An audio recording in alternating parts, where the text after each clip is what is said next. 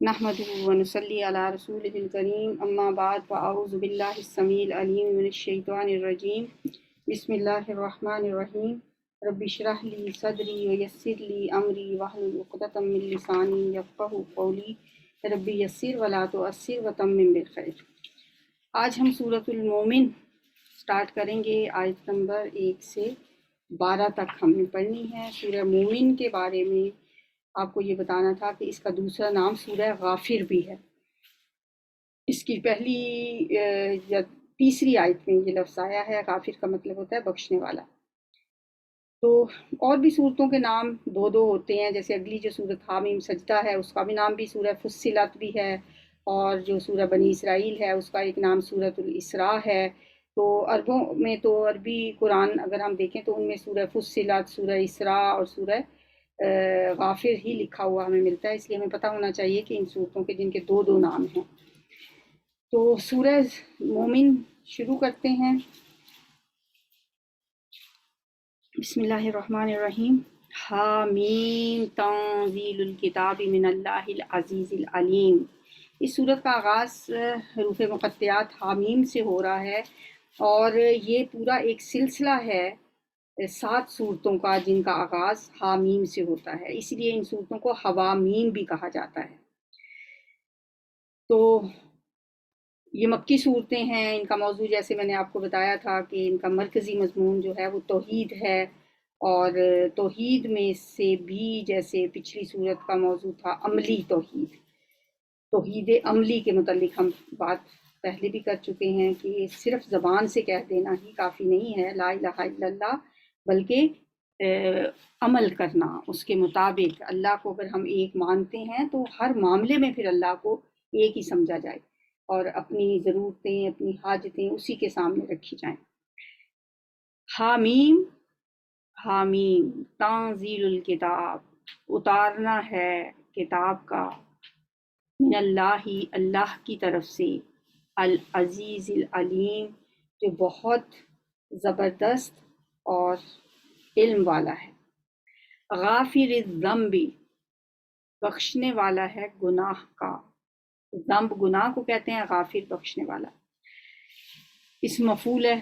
وقابل التوب اور قبول کرنے والا ہے توبہ کا، شدید العقاب سخت عذاب دینے والا بھی ہے، سزا دینے والا بھی ہے، ذی الطول بڑے فضل والا بھی ہے۔ لا الہ نہیں کوئی معبود الا ہو مگر وہی، الیہ المصیر اسی کی طرف لوٹ کر جانا ہے۔ یہاں اللہ کی 4 شانیں بیان ہوئی ہیں، اور مرکب اضافی کی صورت میں ان کا ذکر ہوا ہے، جیسے غافر الذنب گناہ کا بخشنے والا، قابل التوب توبہ کا قبول کرنے والا۔ تو یہ اللہ کے نام ہیں، اسماء حسنہ ہیں، لیکن ان کو مرکب اضافی کی صورت میں بیان کیا گیا ہے۔ توبہ اور استغفار کا ذکر اس صورت میں بار بار آئے گا، بلکہ اس میں فرشتوں کا ذکر بھی آئے گا کہ وہ بھی بندوں کے لیے توبہ استغفار مانگتے ہیں۔ سورہ مومنون کا سورہ زمر کے ساتھ چونکہ جوڑے کا تعلق ہے، اس لیے ان دونوں صورتوں کے جو مرکزی مضمون ہیں وہ بھی ہمیں ملتے جلتے ملیں گے۔ غافر الذنب وہ گناہوں کا بخشنے والا ہے، اس لیے انسان کو اللہ سے ہمیشہ بخشش مانگتے رہنا چاہیے، کیونکہ وہ گناہوں کا بخشنے والا ہے۔ یا غافر الذنب اغفر لی ذنبی، اے گناہوں کے بخشنے والے میرے گناہ معاف کر دے۔ پھر وہ توبہ کا بھی قبول کرنے والا ہے، وقابل التوب توبہ کا قبول کرنے والا ہے۔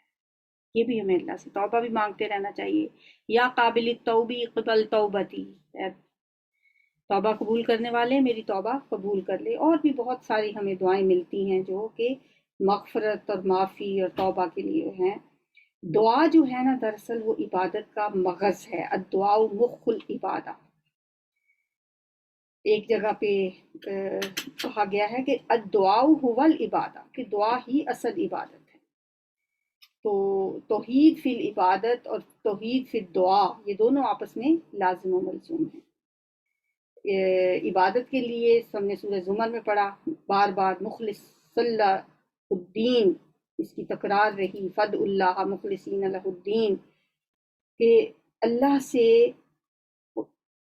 اللہ کو پکارو تو اپنی اطاعت کو اس کے لیے خالص کرتے ہوئے پکارو. ایسا نہ ہو کہ دعا تو اللہ سے مانگو اور اطاعت کسی اور کی کرو.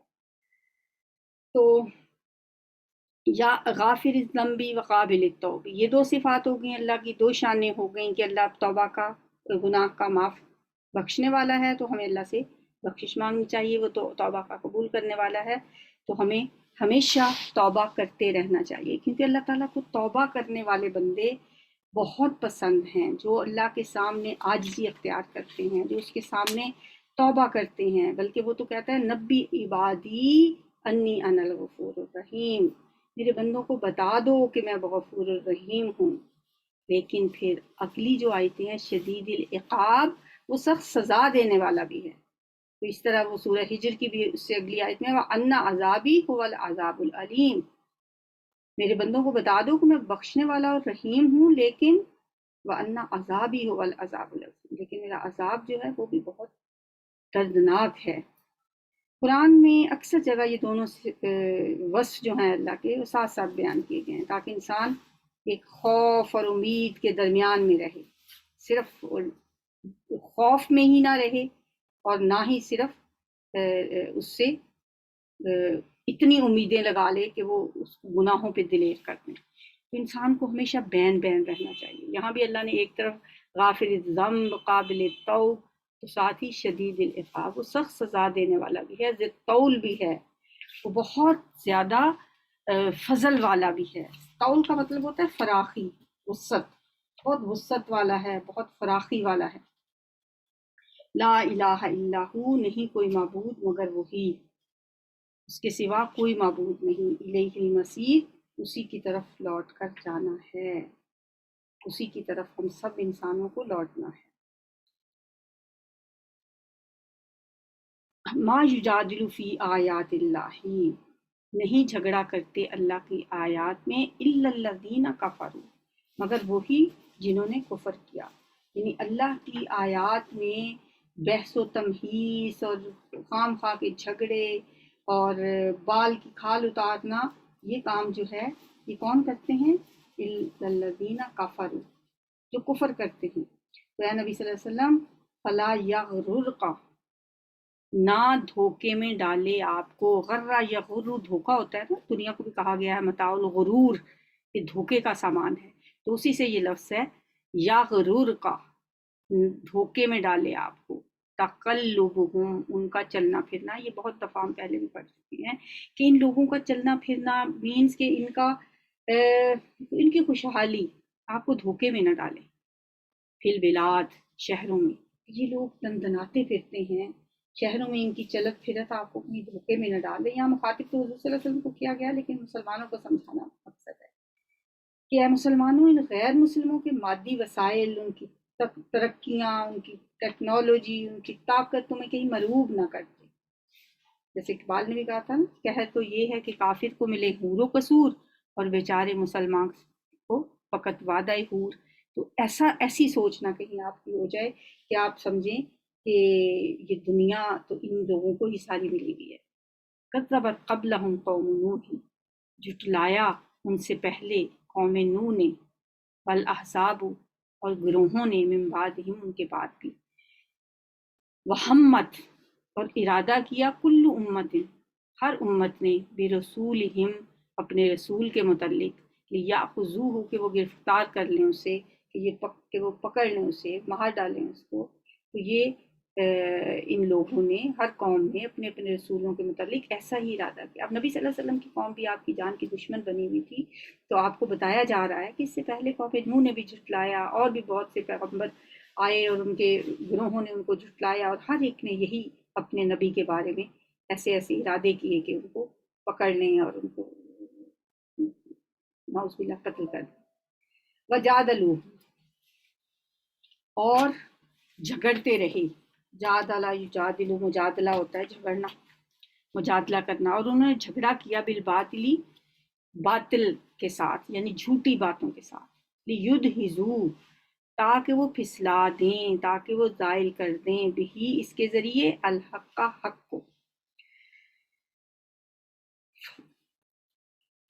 فَأَخَذْتُهُمْ تو میں نے پکڑ لیا انہیں، فَكَيْفَ كَانَ عِقَابِ تو پھر کیسی تھی میری سزا، کیسا تھا میرا پکڑنا، کیسی رہی میری سزا۔ عقاب جو شروع میں بھی یہ لفظ آیا نا، تو عقاب کا مطلب ہوتا ہے سزا، میری سزا پھر کیسی رہی۔ انہوں نے باطل دلیلوں کے ساتھ جھگڑے کیے تاکہ وہ اس کے ذریعے حق کو نیچا دکھا دیں، بالآخر میں نے انہیں پکڑ لیا، فَأَخَذْتُهُمْ میں نے انہیں پکڑ لیا۔ قوم عاد پہ عذاب آیا، قوم سمود پہ عذاب آیا، حضرت لوط کی قوم کے ساتھ، اور حضرت شعیب کی قوم پہ۔ یہ جو 6 پیغمبروں کے تذکرے ہم نے پڑھے ہیں، تو اللہ تعالیٰ پوچھتے ہیں کہ انہوں نے جو بھی کیا آخر میں نے انہیں پکڑ لیا، اور پھر میری سزا کیسی رہی۔ وَكَذَلِكَ اور اسی طرح حقت کلمۃ ربک ثابت ہو گئی کلمۃ ربک آپ کے رب کی بات، علی الذین کفروا ان لوگوں پر جنہوں نے کفر کیا، انہم اصحاب النار کہ بے شک وہ آگ والے ہیں، دوزخ والے ہیں، سب جہنمی ہیں۔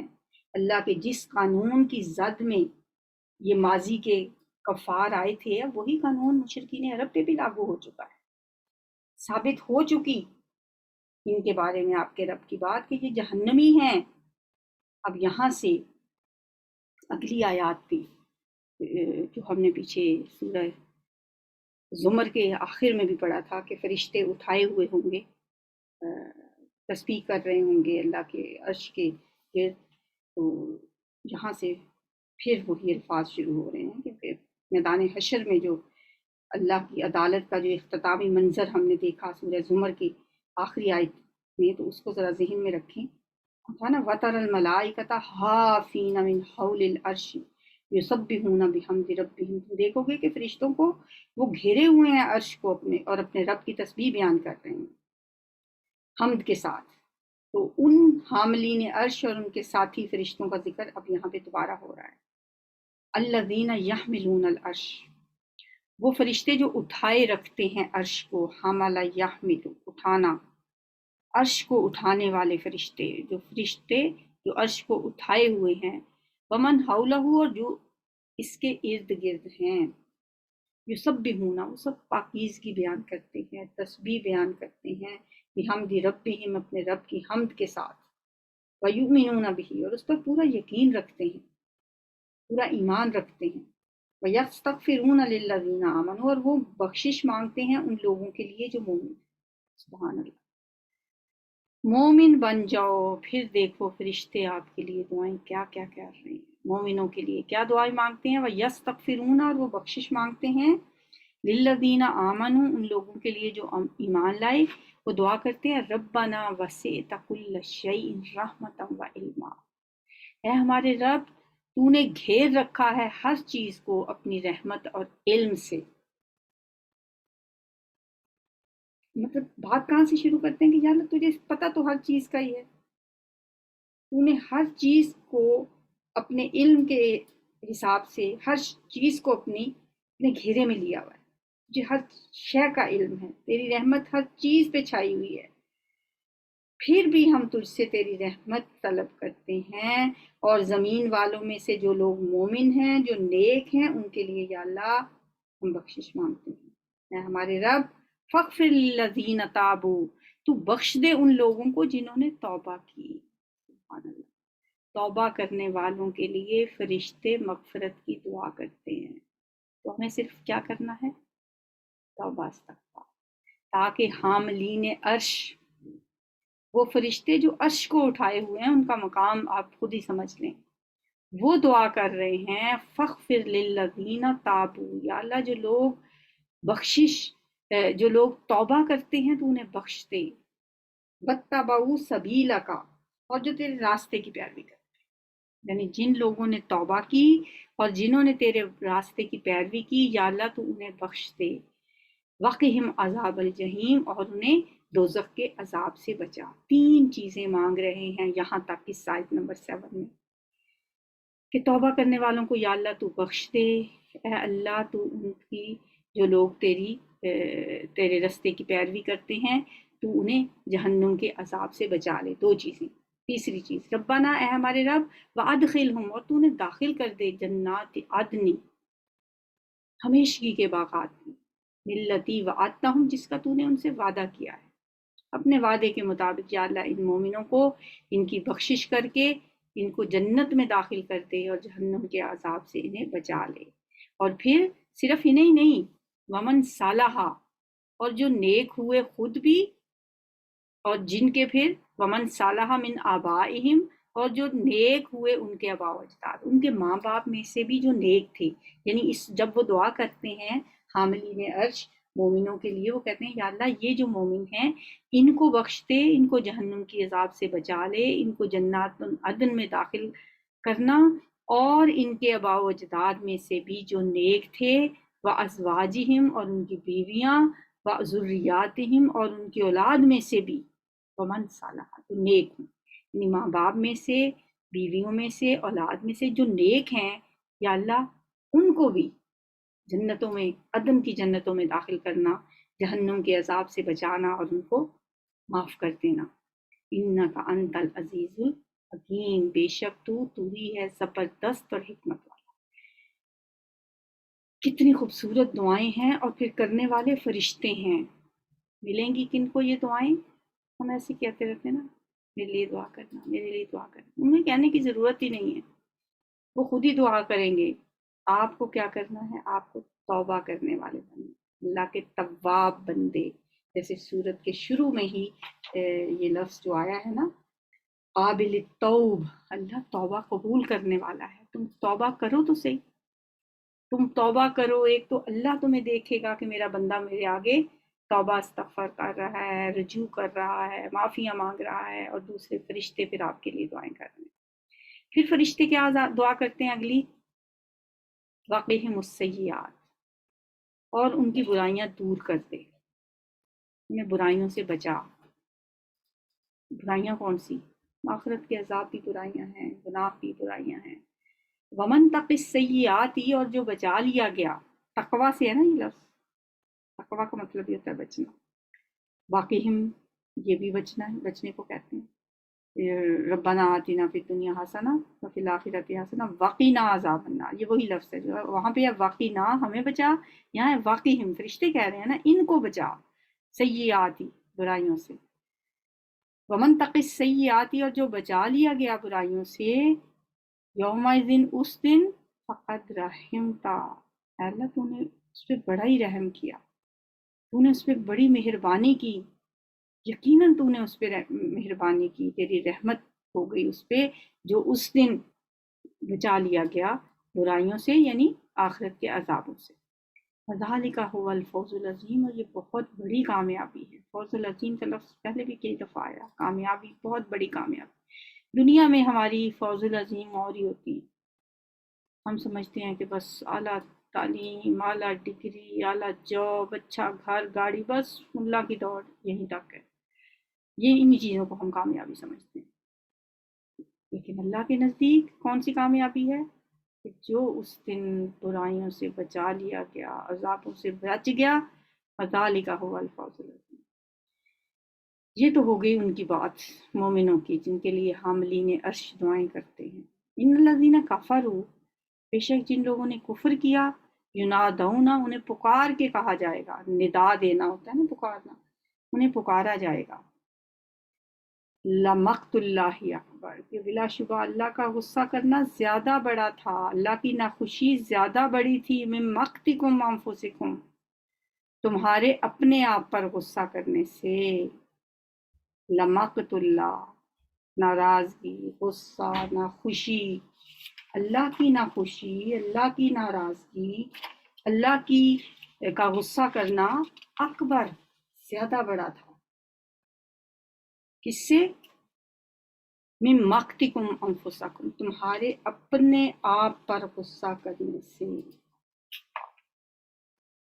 اس تدعونا، جب تم بلائے جاتے تھے، الی الایمان، ایمان کی طرف، فتکفرون، تم کفر کرتے تھے۔ آج عذاب کی حالت میں تمہاری جان پہ بنی ہوئی ہے، آج جو تمہاری حالت ہے، آج تو جو تم اپنی جان پہ تمہارے اوپر جو گزر رہی ہے، جو تمہارے ساتھ جو ظاہر اپنی جان پہ غصہ کرنا یہی ہے نا، کہ جو تمہاری تم بیزار ہو رہے ہو اپنی جان سے اور موت کی دعائیں مانگ رہے ہو کہ ہمیں موت کیوں نہیں آ جاتی. یاد کرو وہ وقت جب اللہ کا رسول تمہیں اللہ کی طرف بلاتا تھا، قرآن کی طرف بلاتا تھا اور تمہیں ایمان کا رستہ دکھاتا تھا. تم کیا کرتے تھے؟ مسلسل انکار کرتے تھے. اس وقت اللہ تم سے جس قدر بیزاری محسوس کر رہا تھا، جس طرح وہ تم سے اس وقت غصہ تھا اس کو تم پہ، وہ تمہاری اس بیزاری سے کہیں زیادہ تھا جو تم آج اپنی جانوں سے محسوس کر رہے. لمقت اللہ اکبر، اللہ کا غصہ کرنا، اللہ کی بیزاری بہت بڑی تھی جو آج من مقتکم انفسکم، آج تم اپنی جانوں سے بیزار ہو رہے ہو نا، موت مانگ رہے ہو.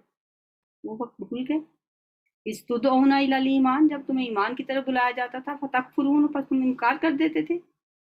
قالو، وہ کہیں گے ربنا، اے ہمارے رب، امتنا اثنتین، تو نے موت دی ہمیں 2 بار. امتا، تو نے مارا نہ ہمیں، اثنتین 2 بار.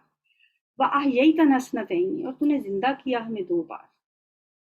2 بار تو نے ہمیں زندگی دی، 2 بار تو نے ہمیں موت دی. فاعترفنا بذنوبنا، سو ہم نے اعتراف کر لیا اپنے گناہوں کا، مان گئے ہم، اب ہم اپنے گناہوں کا ہم نے اعتراف کر لیا. فہل الی خروج من سبیل، تو کیا اب یہاں سے نکلنے کی کوئی راہ ہو سکتی ہے؟ اب تو ہم اپنے گناہوں کو مان گئے ہیں، تو کیا اب یہاں سے نکلنے کا کوئی راستہ ہے؟ اب ہم ان پہلے مرحلوں سے گزر آئے، پہلے ہمیں تو نے زندہ کیا، بنایا، پھر ہمیں موت دے دی، پھر ہمیں زندہ کیا، پھر موت آئی، 2 بار تو نے ہمیں زندہ کیا، 2 بار تو نے ہمیں مارا.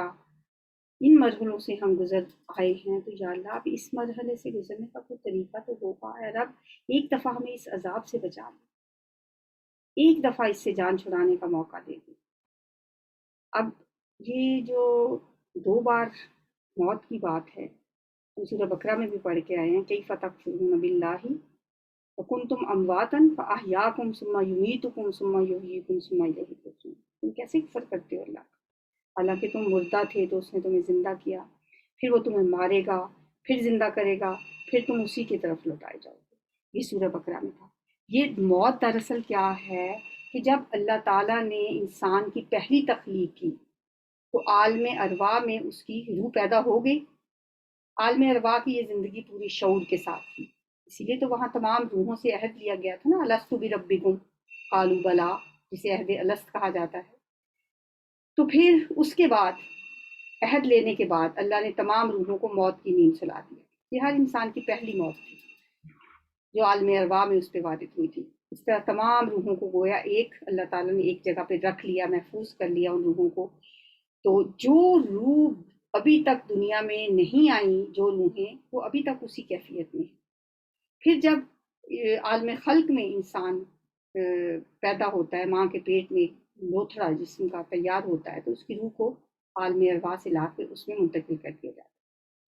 پھر جب دنیا میں وہ آتا ہے، آنکھ کھولتا ہے، تو یہ ایک طرح سے اس کی پہلی زندگی ہوتی ہے. اس کے بعد وہ انسان دنیا میں زندگی بسر کرتا ہے، پھر مر جاتا ہے، پھر یہ اس کی موت، دوسری موت اس کی ہوتی ہے. ایک تو پہلی دفعہ اللہ تعالیٰ نے ان روحوں کو مار دیا نا، پھر اس کے بعد اس کو زندہ کیا، پھر اب دوسری موت بھی ہو گئی. اس کے موت کے بعد اب وہ روح عالم برزخ میں چلی جاتی ہے اور جسم جو ہے وہ مٹی میں مل کے مٹی ہو جاتا ہے. اس طرح پوری نوع انسانی کی ارواح اپنی اپنی باری پہ دنیا میں آتی ہیں اور یہاں سے اپنے اپنے جسم کے ساتھ زندگی گزار کر دوسری موت کے بعد عالم برزخ کو چلی جاتی ہے. پھر جب قیامت برپا ہوگی تو ہر انسان کی روح کو ایک دفعہ پھر اس کے دنیاوی جسم سے ملا کر زندہ کر دیا جائے گا. یہ اس کی دوسری زندگی ہوگی. تو یہاں امتا نسنتینی، 2 بار تو نے ہمیں موت دی، واحییت نسنتینی، اور 2 بار تو نے ہمیں زندہ کیا.